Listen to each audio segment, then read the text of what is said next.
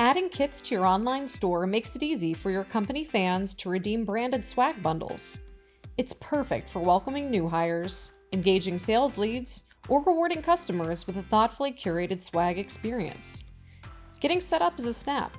After creating your kit, just navigate to Stores in your Swag Pro dashboard. Here you can set up a new store or choose an existing store. To add your kit to an existing store, click the ellipses button and select Products and Prices. Now find your kit and check the box so it appears along with your other products. You can also click Details to see a breakdown of the items your kit currently includes.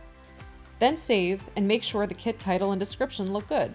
You can edit them here if necessary, and save if not. Here you can adjust the price of your kit, marking it up or down, before finishing your store edits.